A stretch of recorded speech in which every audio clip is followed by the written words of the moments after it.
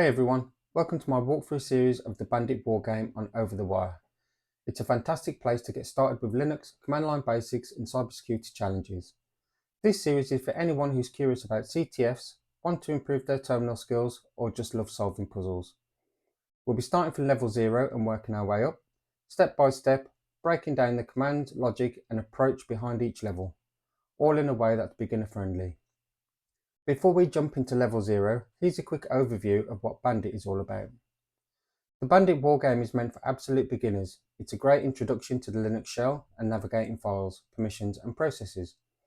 You'll need a basic terminal, Linux, macOS or even Windows Subsystem for Linux on Windows, and we'll use SSH to connect to the Bandit server. The password for level 0 is provided on the Over the Wire website. We'll use that to log in and get going. The key to this series is not just solving the challenges, but understanding what's happening behind the scenes. So whether you're here to learn, refresh your skills, or just follow along for fun, you're in the right place. Today we're tackling levels 0 through 5 in one go. These first few levels are all about basic file navigation, reading files, and understanding hidden elements in Linux. Let's get into it.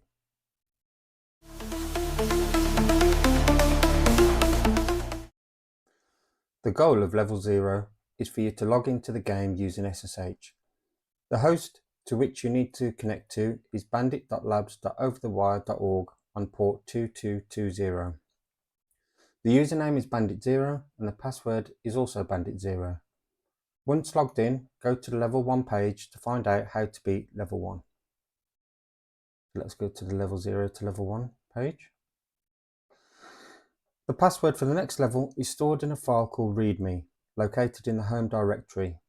Use this password to log into Bandit 1 using SSH. Whenever you find a password for a level, use SSH on port 2220 to log into that level and continue the game. So let's go over to our shell. So onto SSH-P to specify port 2220. The username is bandit0 and we're going to bandit.labs.overthewire.org. Return. It asks for the password, which we know in this case is bandit0.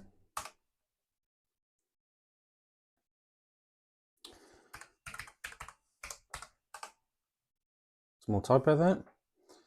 Let's clear that screen. In order to clear the screen, keyboard shortcut Control-L clears the screen. So now we need to list the files in this directory. This is our home directory that we're at, signified by the tilde. Whenever you see a tilde, that means you're in your home directory. In order to list the files, we need to use the ls command. We can see the file there called readme. In order to read this file, we need to use another command called cat, C-A-T. Simply cat and then the file name. Press return and that completes the first level. What we need to do is we need to store these passwords because each password that we find on each level is the password to the next level. So what we'll do is we'll copy this. We've created this file. So we know the password to level 0 is bandit0. We'll also copy in the password to level 1. Now we can attempt level 1. We'll just exit out of this shell, back to our main shell and clear the screen.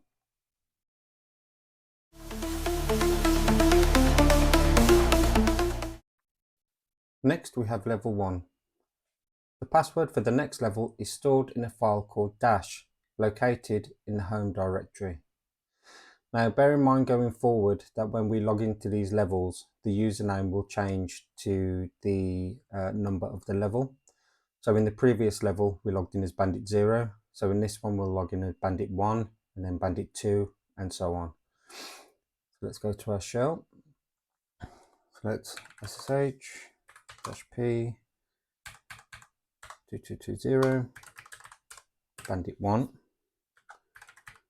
bandit labs.overwire.org.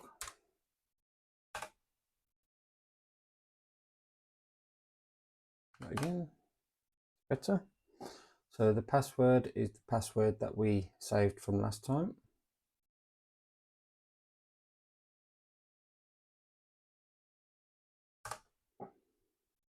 And we're in. Let's clear the screen again, just for visibility. So if we ls into this folder, we can see that there is a dash. Now the problem with this is we can't just cat this file, because if we do, cat will think it's been given an argument without any argument letter, and it'll just sit there forever. So what we need to do is we need to make cat realize that this is a file and not an argument. In order to do that, we need to specify the current directory that this file is in. So in order to do that, we can just cat, and then we can just use ./ and then a dash, and that will give us our password. So the ./ is a simple notation to specify the directory that you're in. So as an example, if I was to do ls-la, so that's a long listing, and a gives you hidden files, you can see these two hidden directories, dot and dot dot. Dot specifies the current directory that you're in. Dot dot specifies the directory directly above you. So for instance, if we ls dot dot, we can see all the folders that are above in this hierarchy. So that's just a bit of background of what the ./ is. So we now have the password to level 2. So let's copy that down, put that in our file.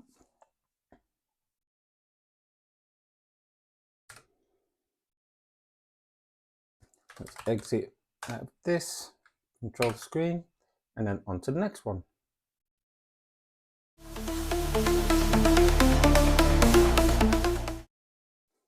The goal for level 2 is to get the password from a file called spaces in this file name, which is located in the home directory.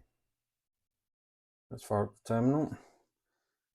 Now, instead of keep typing in the URL, we only really need to change the number on the end of the username. So what we can do in Linux is we can tap the up arrow, and that'll give us our command that we previously ran. So if we just come back and replace the 1 with a 2, just return. It just saves having to keep typing it over and over again.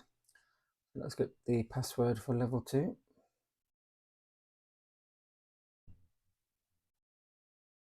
There we go. Paste that in.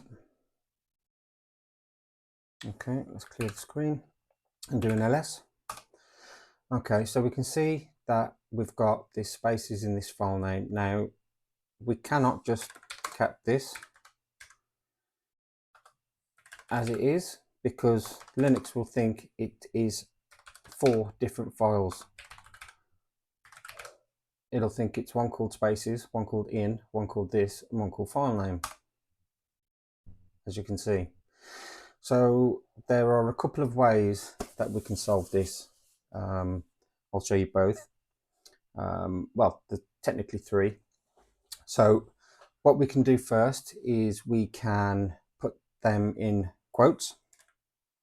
So if we do a quote,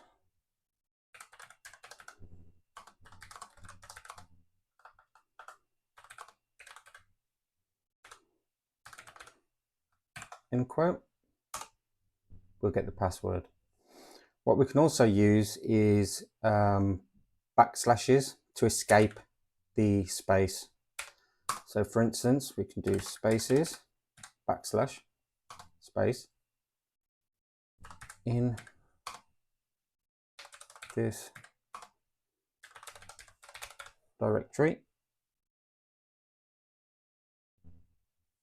file name, sorry, apologies. And that gives you the same thing.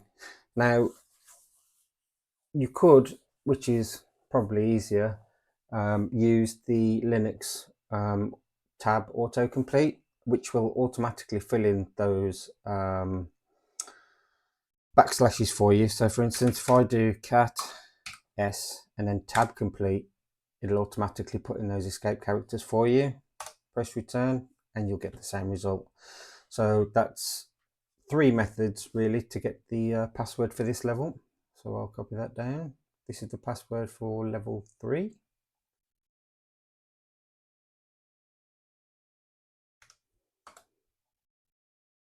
There we go. Minimize that.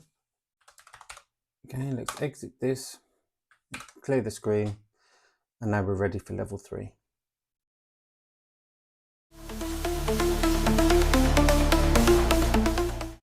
The goal of level 3 is to extract the password that is stored in a hidden file in the in here directory in the home directory of the level 3 user.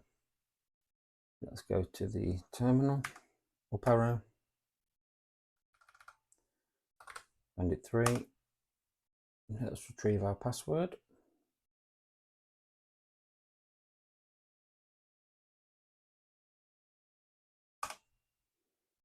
And we're in. Let's clear the screen. So if we ls here, we'll see the in here directory. Now this should be quite simple because we've seen in one of the previous videos, in one of the previous levels, sorry, how to access hidden files. So if we cd into the in here directory, we'll see there's nothing here. If we do an ls-la for a long listing and a for hidden files, we'll see that there's a file called ... hiding from you. Now, any file that you create that's prepended by a dot will be treated as a hidden file in Linux. It won't show up in a normal ls. So in order to access this, it's the same as any cat command. So we just have to make sure it's unique. We can't use 2 dots to autocomplete because that would be the directory directly above us in the hierarchy. So if we do 3 dots and tab, we'll autocomplete that file name. And there we have the password for level 4. Grab that. We'll put that in there. We will exit and clear the screen. Next, we'll have the last level in this video, and we'll complete that shortly.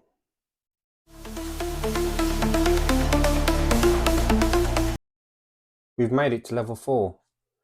The goal of this level is that the password is stored in the only human readable file in the in here directory.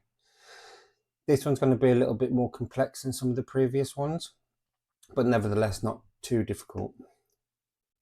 If we go back to the terminal,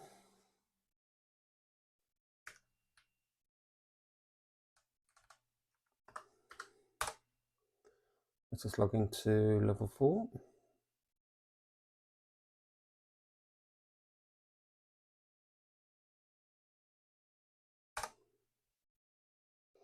And we're in. So if we look in here, we can see the in here directory. So let's move into the in here directory. And as you can see, we've got a number of different files, each starting with a dash. Now, we can't just use cat to read any of these files because of the dash. Again, it thinks it's a another argument. But from the description of this level, not all of these are human readable files. So what we need to do is we need to determine what type of file these are. If we try and run a file, but it's a executable, for example, it may crash your terminal. So what we can use is we can use a command called file. So if I just clear the screen, so if we do file, and we will need to put this in quotes, dash file 00, like that, or instead of quotes, we give it the /, we can see that this is a PGP secret subkey.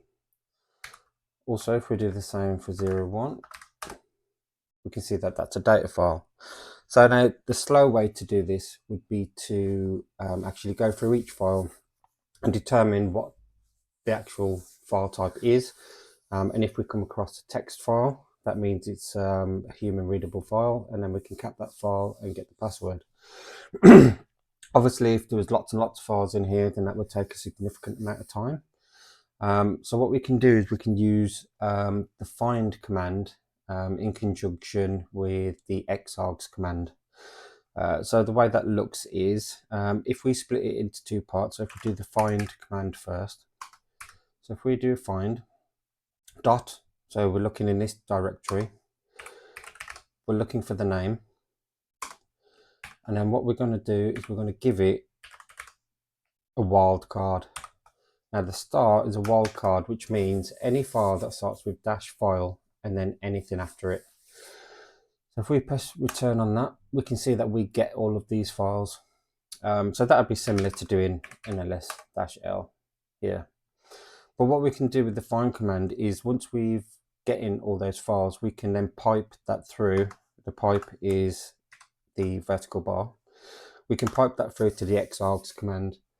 Now what the xargs command is used for is if you need to take the output from one command and then use it as an argument to another command. So what we can do is we can get that back. So then we can pipe that to xargs and we can pass it file. So what this will do is for each of the file names that it finds, so for example -file00, it'll then pass that to the file command as an argument. So it would be the same as doing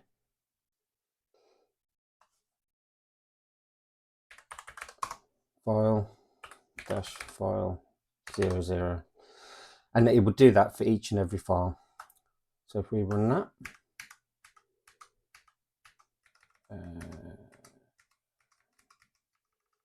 get that command back. No, that's gone. So find -name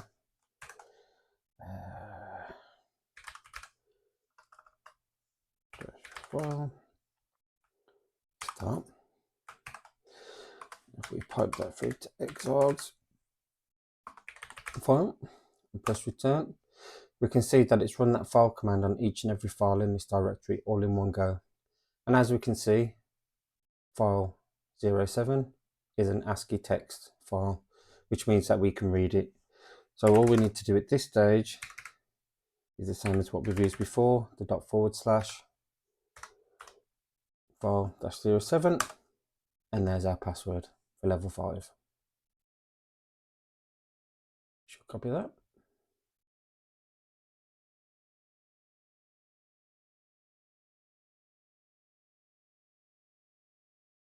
Paste it in there.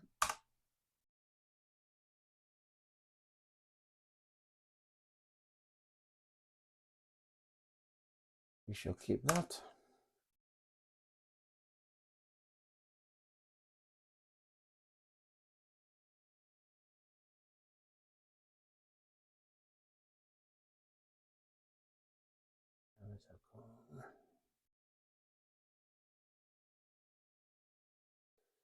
There is documents, passwords.